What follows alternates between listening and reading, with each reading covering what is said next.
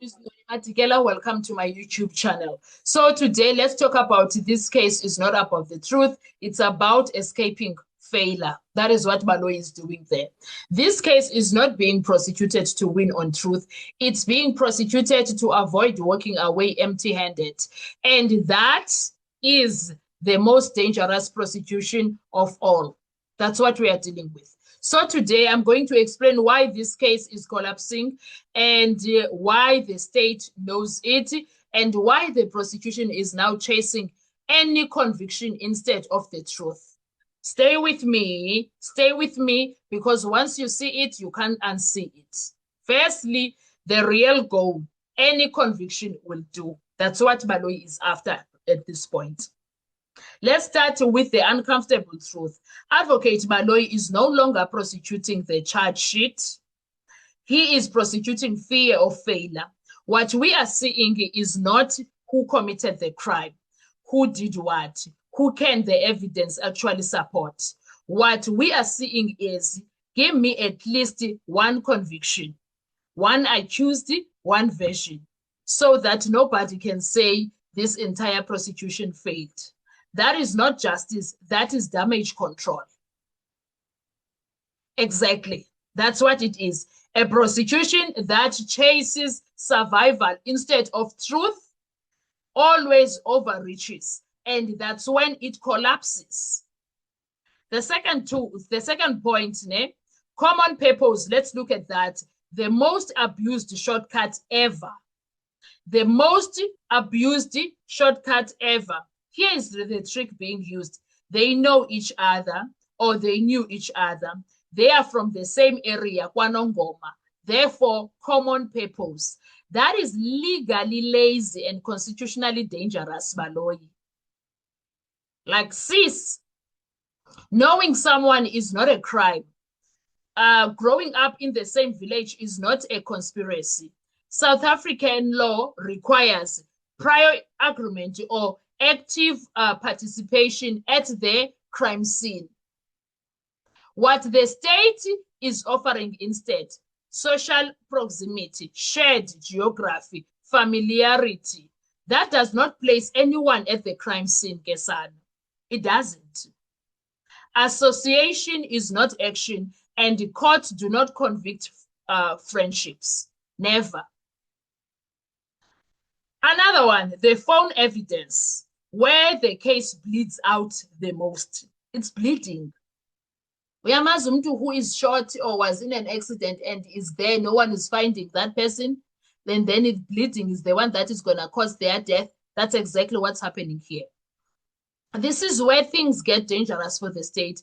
IQ's number 5's phone was seized by police for those Nongoma cases, right?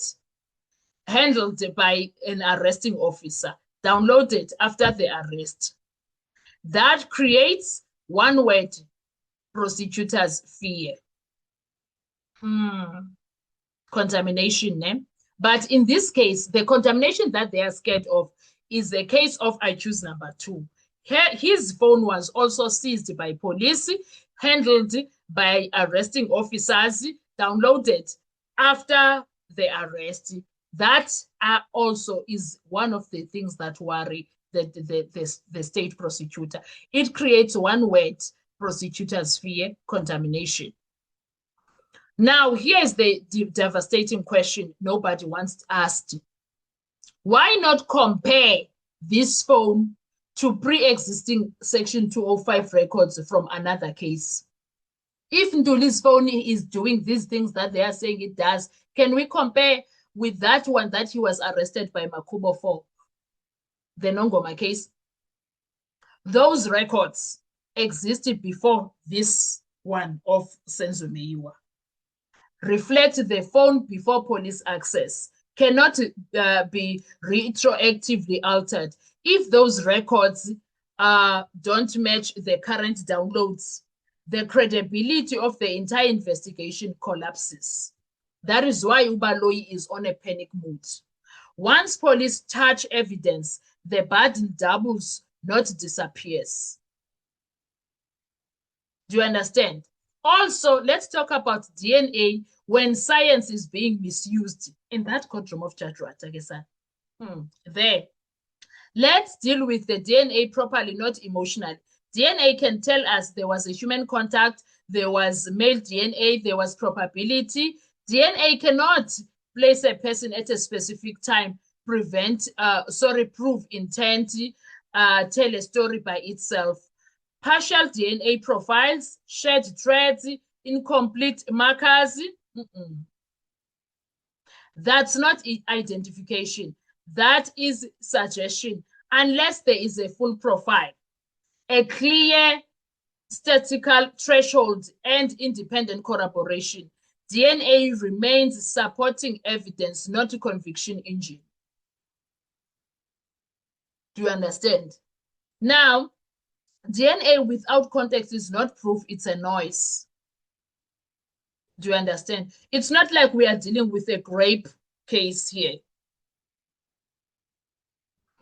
Also, the fingerprint truth nobody likes. Here's the truth the state hates. An accused has no obligation to leave evidence behind. If there are no fingerprints, no conclusive DNA, no eyewitnesses, no footage, that is not the accused's failure. That is investigative failure. It has nothing to do with the case, with the accused. So courts cannot punish someone because police could not detect them. You don't convict absence, you prove presence. Also, why this case is actually failing. Let's be honest about certain issues here. This case is failing because evidence is being forced into a theory. The charge sheet is being ignored. Weaknesses are being patched with assumptions. And shortcuts are replacing proof. The state is trying to convict by atmosphere, not evidence. That never survived cross-examination. Never. And finally, this case is no longer about justice. It's about saving reputations of people that were investigating and everyone who was involved into the cooking of this case and into defeating the ends of justice, avoiding embarrassment, and escaping a total loss, because there will be a loss. But courts don't convict to protect optics. They convict on proof. And right now, there is no proof strong enough to survive the law. Absolutely none. When the state stops chasing truth and starts chasing survival, the defense doesn't even have to run. They must just sit and watch. They must just sit and watch. What is he doing? And that is exactly what they have done in defense, because their strongest points we are on. We've known people's strongest points, but we will always like, are they not doing enough? But where we are standing now, all we are seeing is these guys are punching like, hey, I'm a punches wabomnisi ramsipile ngumalo nshololo there. Oh my God. In fact, the one person that used to punch the most was Mshololo. Mshololo used to punch. Mshololo is taking a back seat right now. And the boys, oh my God, the guys are doing the work. They are punching right now. And Ngumalo and Ramsipile, oh my God. Oh, Umnis is always doing wonderful things. But these two, yes, sis. Yes, sis. I don't know what Baloyi thinks is going to get away with here. Honestly, I don't know if he thinks he's going to get away with anything. Why does he think so?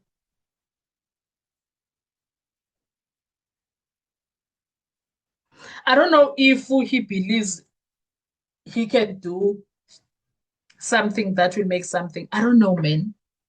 But all I'm saying in this video, what I'm analyzing, I'm breaking down why prosecution is no longer arguing the charge sheet, but scrambling for any conviction at all.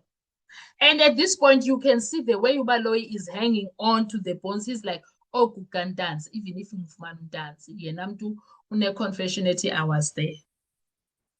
Oh, you can dance. That's what you are watching happening here. From the abuse of common purpose to contaminated phone evidence to the dangerous misuse of DNA, this case is revealing a prostitution under pressure. That is not a rent, it is a legal autopsy in real time. Evidence over emotion, law over noise, truth over optics. That is why ubaloyi umbona esulukubila ediniwe kunzima kuyileyo nto. I'm telling you, it's hard. Indoda ibilile kuyantazeka pha, iyantaza ayazi ukuthi intini ubona bobaloyi, I mean abosibanda behla besenyuka beprinta non-stop. Kunzima. So guys, what is happening in that courtroom is not child's play. It is not child's play, guys. Kunzima kwarata, and akho lula for anyone. Akho lula for urata, akho lula for ubaloyi, yonke into nje yenzi anxiety. Bayaxoka if bathi bayalala, guys, they don't sleep. Because wonke umuntu worried. Wonke umuntu worried. Istress sibaphethe ngobhongwane bonke because they thought they have this. Uyamazi umuntu othi I got this, when you come to see what do you have, sorry, you are like, hi man, nah. You said you've got this. What is this now? What is this now? Why are we dealing with this like this? Because say you can't be telling me you've got this and this is what we have to deal with. Awukwazi. Kube sekunjalo ke sana. So indaba ilapho ke ekutheni ubaloyi is scrambling there. Ubaloyi akazi nokuthi azenzeni, akazi nokuthi enze kanjani, but he's holding on. I don't know about you, but now I feel like one of these days sizombone collapse la particular courtroom. One of these days he's going to collapse there. Umbonile the other day esulukubila ubilile. Ufunyenwe nguntanzi. Umbambile ngawo shem kunzima. Ubanjwe untanzi ngawo. First time arrestee. First time uba kwi trial untanzi. And guess what? Umbambe wamenjeje. Kunzima. Indoda iyajuluka. Indoda iyajuluka. Umfokantanzi akadlali uthi ngeke ngishone ndingalwanga. Ngeke ngishone ngingalwanga. But ke, what are your thoughts when it comes to all of this? Let's talk comment section. I want to hear your views. Thank you so much. Please do not forget to like, to share, to comment. And most importantly, please make sure you are subscribed on the channel. Please make sure you are watching the videos up until the end. And you are watching the ads that are coming through. What are your thoughts with everything that Ubaloyi is doing? I think he is in a panic mood. I think uyatatazela. I think akasazi nokuthi enze kanjani. I think he is just holding on to nothing. But deep down, he knows kushubile. Deep down, he knows kushubile. And may God, please, uThixo makabonakalise ukuthi I can let you do as you please, but once I start questioning things, uzosola. I don't know what's falling out here. I honestly don't know. I suppose I need to go and check.